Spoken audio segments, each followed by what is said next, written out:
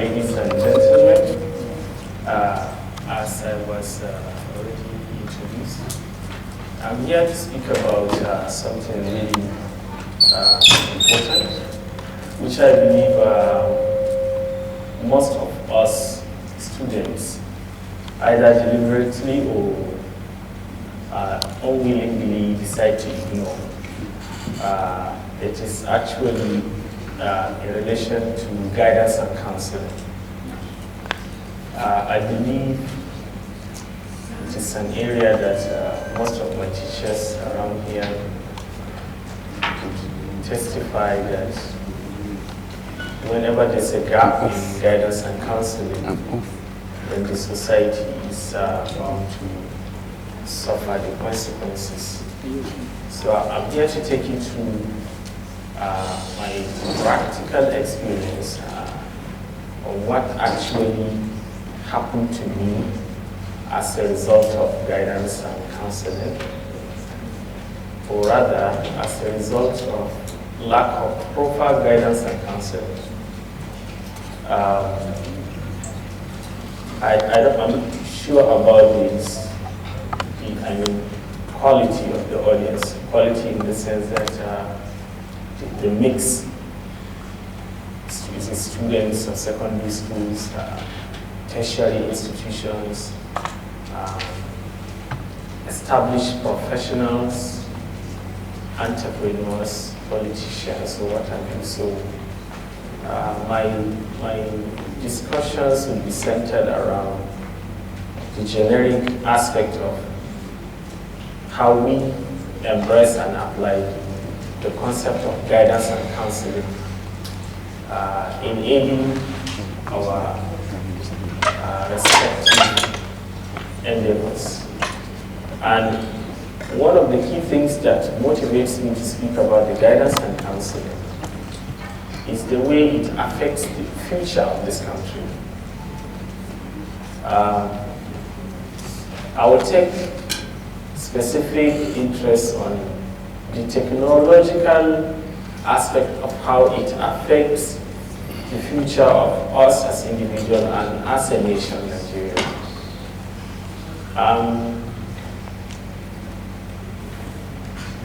When I started my academic journey, I was not having any form of guidance and counseling.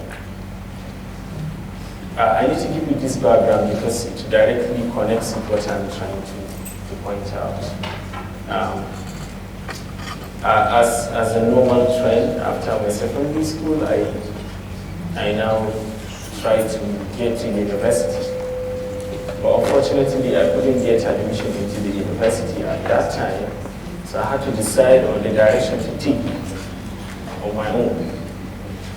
So I now thought, okay, let me look at the environment. I now looked at the environment and felt like, okay, most of the people I see around me are civil servants. So let me build my career towards the civil service. When I got to the university, I couldn't get the admission, so I had to start somewhere else. So I now decided to go to Polytechnic.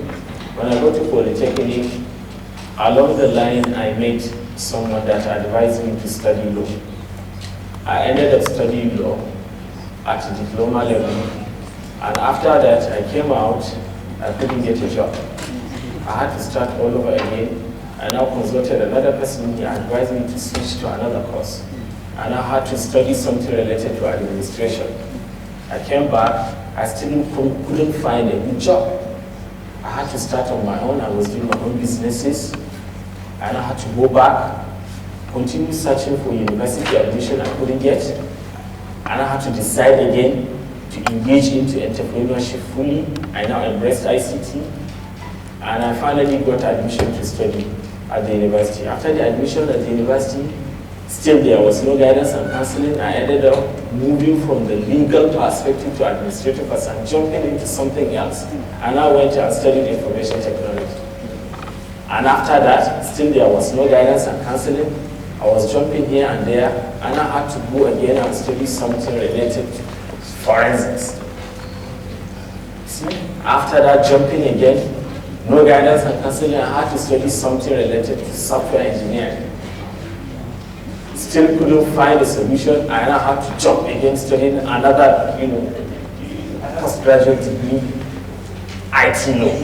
Can you see So I'm just presenting myself as a case study of someone that could not lay his hands on this basic support that all Nigerians should get in pursuing their careers. So actually what is happening in this country could have direct and indirect effect on the way we perform in this nation. I was reading stuff about China. China is being ruled by scientists. If you go to Britain, it's being ruled mostly by politicians and administrators. When you come to Nigeria, it's really, really scary.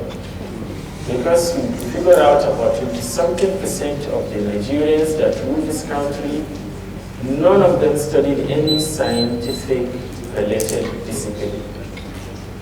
So that has an effect in the way they handle us as a nation. So the point I'm trying to make is the challenges we are facing in this country are as a result of so many things. Look at this motivation. Look at the challenges we are facing. This tough background gives me a motivation to choose what I decided to speak about. Now, this issue of artificial intelligence, for example, many of you, unfortunately, will end up losing your respective jobs in the next 10, 20 years. Because of the emergence of this AI, artificial intelligence. Everything you do has to do with this technology. It's no more about going to study a degree, do this, do that. It's about how you develop the contents in you. I saw this, I had an opportunity of meeting Professor Winfield, and he was predicting something in a presentation in Oxford. He was saying, in the next 10 years, because it was around 2006, he said by 2026, journalism profession will cease to exist.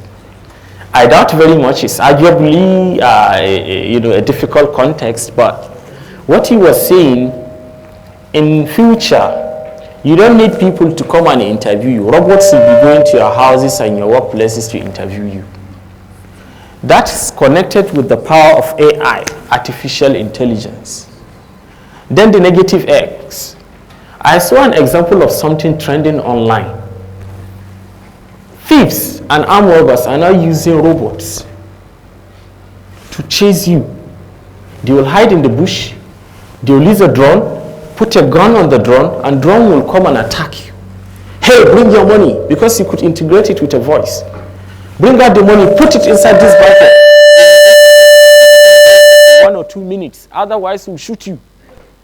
So even the negative X at capitalizing on robotic technology and artificial intelligence to commit crimes. A situation whereby for about 7 years now, we've been seeing the emergence of this robotic technology. So the future of military is at bleak. So no matter your discipline, you may likely face these challenges as a result of not choosing the right courses to study or making the right choices of the professions you are going to engage upon. This Logix is an application they develop online using artificial intelligence. You could now actually sit down, ask a computer what you want. The computer will write a contract document to you. Just mention the name of the parties, and the system will automate everything. The lawyers are in trouble. Look at this eDoctor, a web-based automatic diagnostic kit. It's built upon artificial intelligence. You just go there, The system diagnoses you and gives you a possible prescription. So the medical profession is in trouble. What happened yesterday is a clear example when Mr. President approved that all graduates of Nigerian Open University are eligible to serve under the NYSC scheme, and the lawyers that graduate through the university could also go to law school and serve the way the conventional students are studying. So what this is telling us is that in the future, you don't need the physical, structures to study. So here, my teachers here need to wake up, because very soon the technology and artificial intelligence will come and take over the lecturing jobs. As I said earlier, the content matters, because you could not study without the contents. So instead of building your capacity, I'm not saying you shouldn't go and study, or at least study up to a PhD level, become a professor, but the contents you build is actually what the artificial intelligence will automate for people to utilize. So instead of concentrating on building your individual capacity, think about building the contents. E-government and smart solutions. The reason why I'm giving this example, I once went to Korea and we were taking around the technological developments. I was taken to a startup company, and this startup company built a robot. This robot, what it does is they put it as a recycle bin. Anytime you are throwing trash into the bin, by the time it reaches certain level, it now communicates directly with disposable collectors to come and pick up the trash. So in using smart solutions, people are creating alternatives. Most of the people that have the opportunity of traveling abroad, you've been seeing how they use smart technology to connect everything.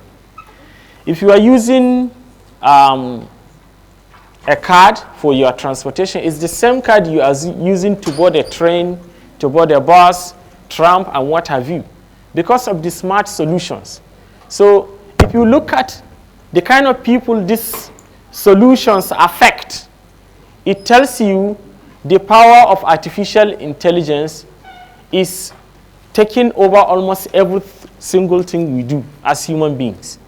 And take an example of cinema and streams. People used to go and produce album. Musicians, they produce an album. They now ensure that the album is produced on CDs, and they start selling the CDs all across. Now with the emergence of content hosts like iTunes, Spotify, Tidal, you just develop an album, put it in there, and that's it. I think yesterday, both two Nigerian famous musicians, Tekno and Davido, released 2 songs. If you check, they released the songs via YouTube, and I think about 2 hours after Davido released his song, about 100,000 people watched it. These guys make money by the number of people that watch what they stream using online content. So this guy developed a content, a song, put it on YouTube. When it reaches 1 million, any advertisement that pop in when you are watching it, they pay the guy. Check one of his songs that he did to his girlfriend. Is it Chioma or something? It has about 5 million, 3 million, 6 million views. This guy rakes in money as a result of the contents he developed. This is the future we are going to. If you are a lawyer here, concentrate on building contents.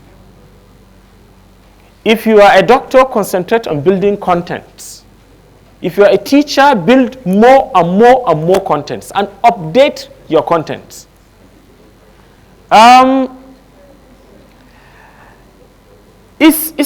In the future, nobody will care so much about your qualifications.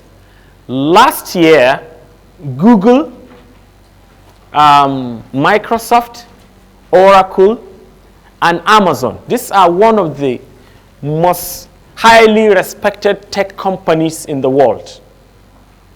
I think the owner of Amazon, Jeff, is the #1, is the richest person in the world now. Amazon is the company with the highest stake all over the world. They reached a threshold of $1 trillion for the first time in the history of tech startups. So these companies do not use qualification as a basis of giving job opportunities now. They don't care about degree. All they care is how you could develop the contents or how you could automate the existing contents. So, ladies and gentlemen, if you really don't want to be taken over by technology, artificial intelligence, or robotic integration, you need to do 3 things. Accept this is the reality.